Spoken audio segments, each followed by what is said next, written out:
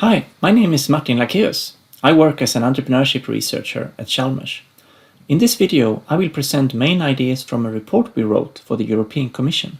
Me and three of my colleagues here at Chalmers, Karen Williams-Middleton, Mats Lundqvist and Johan Inden. The topic of the report is the entrepreneurial employee in the public and private sector. I'd like to thank the people who helped us in the 2-year writing process, especially Dr. Margarita Bacigalupo at the Commission's research unit JRC in Seville, Spain. She was both an instigator and an apt editor.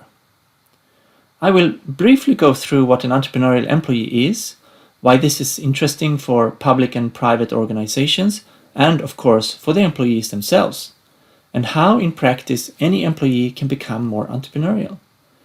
But first, let me give you a background on the research that led up to this report. The research group I'm part of at Chalmers has for decades studied some fundamental imbalances in society. When the main emphasis is on learning, and when almost no focus is on value creation for others, we are in the education system. When, on the other hand, the main emphasis is on value creation for others, such as customers, and when almost no focus is on learning, we are instead in working life. When we have a good balance between learning and value creation for others, we prefer to say that people are being entrepreneurial. Because entrepreneurship is fundamentally about combining learning and value creation for others. Trying to be more entrepreneurial is then about striving for a good work-learn balance. It can be for students and it can be for employees. The main reason for imbalance in the education system is that it is deemed unacademic to combine learning with value creation, or work as it's often called. Vocational education is a great example of an exception, a combination of this kind. Naturally, our research group loves vocational education, unlike many of our academic colleagues who prefer learning only. The main reason for imbalance in working life is that customers are seldom willing to pay for employee learning, so organizations that are maximizing profits are at the same time often also minimizing costly employee learning. To sum up these balance issues, here is the foundational work-learn balance theory that underpins our report on the entrepreneurial employee. This theory explains why findings from educational research can inform any type of organization. Fundamentally, it's all about the good things that happen to people who have good work-learn balance. On an individual level, we have studied deeply meaningful experiences that motivate and engage people to their fullest, students as well as employees. On an organizational level, we have studied organizations obtaining higher quality and efficiency and ultimately better solutions for their customers in the private sector and for citizens in the public sector. But good news seldom catch people's attention. So let's flip the coin and see a short video about what happens when organizations don't learn. Because in a changing business environment, or a changing public sector environment for that sake, organizations risk being slowly cooked like a frog, not seeing the need for change until it's too late. Because we're raising the temperature slowly, he doesn't recognize the danger he's in. He just keeps going along with the changes in his surroundings. Eventually, we can turn up the burner to a deadly boil. He will just keep trying to adjust with it. By the time he realizes it's killing him, it's too late. It's the slow temperature change that kills the frog. A quicker change would make the frog jump, just like an organization whose surroundings change quickly. Then most managers would feel the need for entrepreneurial action. The current corona crisis is a good example of this. Suddenly everyone is talking about the need for entrepreneurial action in all sectors of society. But if changes occur more slowly, many managers will think that they can go on every day doing the same thing as yesterday or yesteryear. It is therefore mainly in the long run that entrepreneurial employees will be appreciated. By jumping on opportunities, which is actually great fun, they help their organization to avoid being cooked when the surrounding environment slowly heats up. Now, some of you might say that you can't actually cook a frog slowly. Fine, that may be true. And you might have noticed that no real frogs were cooked in the video we just saw. but I still think it's a great metaphor for why organizations need entrepreneurial employees. Enough with introductions. Let's now look at what an entrepreneurial employee is. In our report, we've defined an entrepreneurial employee as someone who cares so much about an issue that she takes collaborative action despite inherent uncertainty and risk, trying to create something new, envisioned to be of significant value for others, and who does this in a process characterized by trial and error based learning. 4 crucial aspects of being entrepreneurial are highlighted: taking action, doing something new, creating value for others, and learning. It makes for a long definition, so here comes a shorter one. It's about caring and daring to take action to experiment with new kinds of value creation for others. What's clear from these 2 versions is that anyone can be and become more entrepreneurial. It's not something you are born with, it's not about having great ideas. Instead, it's an everyday behavior and habit that any employee in any sector and on any level in the organization can take up. In the What chapter of our report, you will find 2 crucial frameworks that structure all of its content. One framework is about willingness to do entrepreneurial things. The other is about ability, in terms of competencies needed. These 2 frameworks are closely interrelated. Willingness builds up ability, and ability can in turn trigger willingness. There is no single starting point, but instead these 2 concepts form a positive reinforcing cycle. We will now look briefly at the 2 frameworks. First, let's look at willingness to be entrepreneurial. While it can start with any of the 4 corners in this diamond model, let's here start with agency. Being entrepreneurial is a lot about agency, which means being dedicated on a personal level, caring deeply about something, so much that you're willing to take risk by owning an issue, and to take emotional action again and again. Being entrepreneurial is also about novelty, envisioning something new, claiming it, and organizing for the new to be created. Being entrepreneurial is also about creating value for others. This requires a lot of discussions with other people around what could be valuable to them. It also requires taking action to try to create the value for them in practice, and to learn from such attempts by feeling empathy with them and listening to their feedback. Lastly, being entrepreneurial is about learning through analysis and planning, through practical experiments, and through revising, reflecting, and persisting throughout numerous failures and occasional successes every now and then. We've done a video that illustrates the dynamics of this diamond model. Let's have a look at it.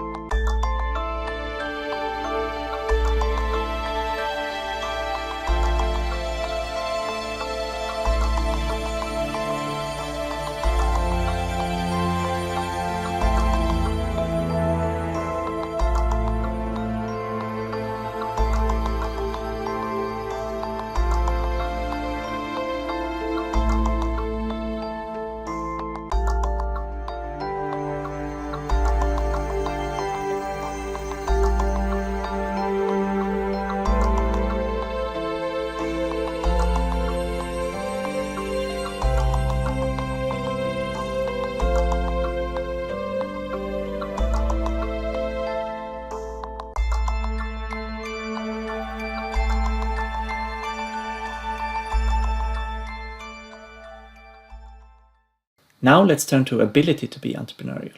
This framework, developed by the European Commission to facilitate entrepreneurial initiatives, contains 15 different key competencies that entrepreneurial employees need to either have or acquire through learning by doing. Some competencies are about working with ideas and opportunities, competencies such as creativity, opportunity spotting, and vision. Others are about working with resources, competencies such as mobilizing other people, managing the financials, and motivating yourself and others. Yet other competencies are about taking action, competencies such as initiative taking, uncertainty management, and teamwork. In our report, we link these 15 competencies to the 4 dimensions in the diamond model of being entrepreneurial. This is a crucial linkage because the 2 frameworks complement each other. But we don't have time to look at the detailed links in this video. Instead, I recommend you to take a careful look at Table 1 in the report, which you find on page 16. For each competence, you will be pointed to a section in Chapter 4, which is about how to develop this competence and thus become more entrepreneurial. Now we will turn to the why question. Why should employees be entrepreneurial? I will not talk so long about this part. Instead, I will assume that since you are watching, you already have an idea about why entrepreneurial employees are important. In the report, you will find 32 different reasons why employees should be entrepreneurial, summarized in Table 2 and 3. 20 of the reasons are from the perspective of the organization, and 12 of the reasons are from the perspective of the individual. An organization benefits in many different ways from entrepreneurial employees. Many of them are about acting on changes in the surrounding environment, just like the boiled frog metaphor we talked about earlier. When it comes to reasons for the individual to be entrepreneurial, it was pretty obvious when we reviewed existing literature that there is not much written about this, which is natural since the entrepreneurial employee is a quite under-researched topic. We therefore summarized our own research and extensive experience on reasons for individuals to be entrepreneurial. And there are many good reasons, as you can see in Table 3. Employees who are entrepreneurial, they learn so much about both themselves and their organization that they simply become more appreciated employees. This then gives a career boost in the longer-term perspective through increased exposure and visibility internally and through a broader network. Short-term, there are also a few benefits for the individual. These have been covered to some extent in established literature. It's mostly about higher satisfaction at work, higher autonomy, and a more secure way to be creative at work. Now we come to the last part of this video, how to become an entrepreneurial employee. First of all, it's not easy to go against the flow in a large organization. It can sometimes feel like you are an insurgent and that everyone is aiming at you, trying to shoot you down. Just like in the movie Insurgent from 2016, starring Shailene Woodley and Theo James. In the corporate entrepreneurship literature, it is sometimes called the corporate immune system, a bit like antibodies attacking anyone acting differently. There is even a book by Gib Bullock titled Confessions of a Corporate Insurgent. Maybe you need to be a bit emotional to rage against the corporate machine, or the public sector machine for that sake. It will always be easier to just do what they told you to do. Many ways to overcome the resistance from the machine. Instead of focusing on the resistance per se, which will always be there no matter what, we can take inspiration from Gleicher's change formula. It basically says that 3 things taken together need to be stronger than the resistance. Your own dissatisfaction, your vision for a desirable future, and your first steps forward here and now. So stop moaning about the resistance to change. Every entrepreneurial person will experience that. And instead, start thinking about what you care deeply about, what you want to achieve, and what you can do about it today. And buckle up, you're in for a fun ride.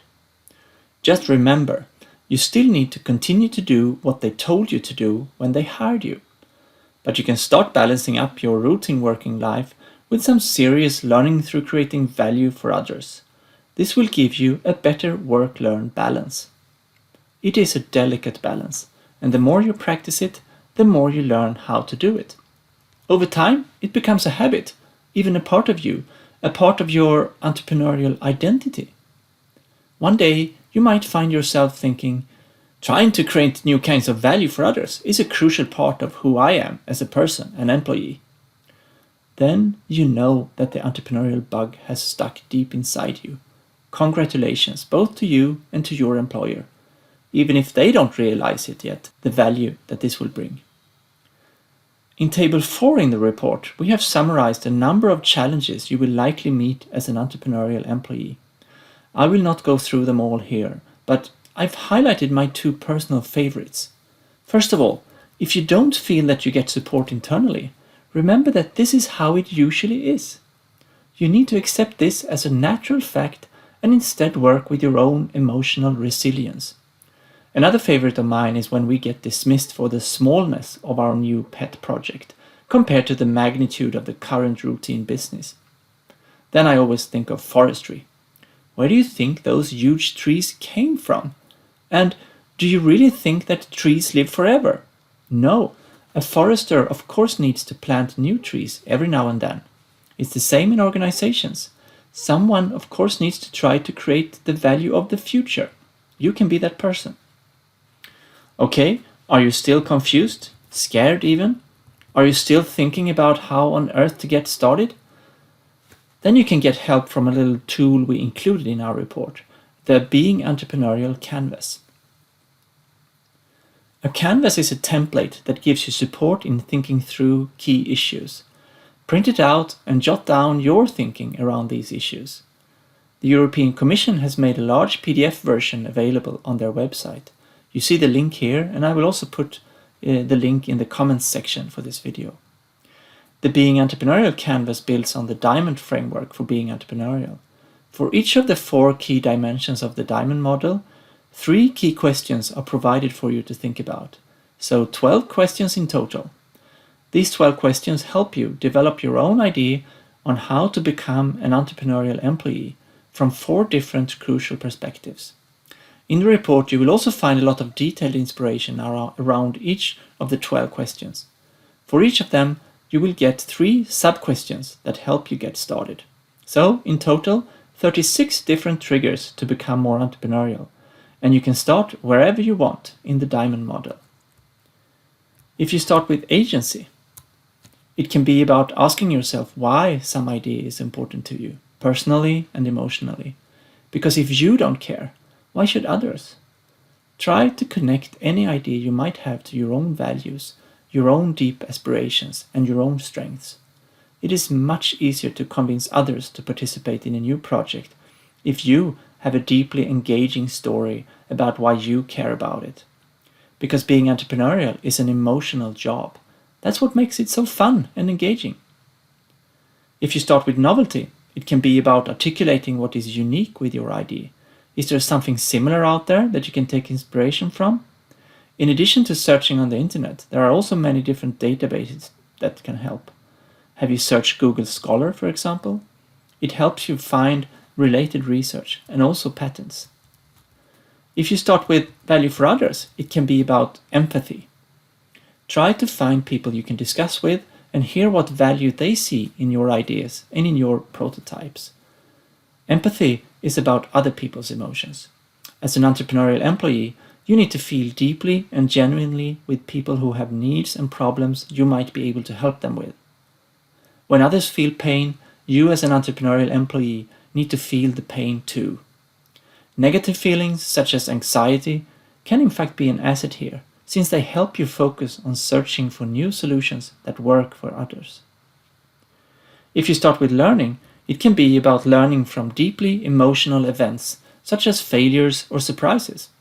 For such events to occur, you need to take action, and you also often need to leave your safe office building and get out where new things happen, in meetings with other people. Entrepreneurial employees make sure not to get stuck in their comfy office. Instead, they force themselves to go out and try to trigger events and situations that stretch their comfort zone, so that they can learn from it all. Okay, we are now approaching the end of this video. I would like to leave you with an overview. Here's the Diamond model again. If we now put all the 36 recommendations on top of it, you get an idea of just how much you can do to get started with your new life as an entrepreneurial employee. Some of you might find this image too complex. Others might feel more safe in their entrepreneurial endeavors now. Regardless, thanks for listening, and good luck with jumping a few leaps against the machine you are currently working at. Bye!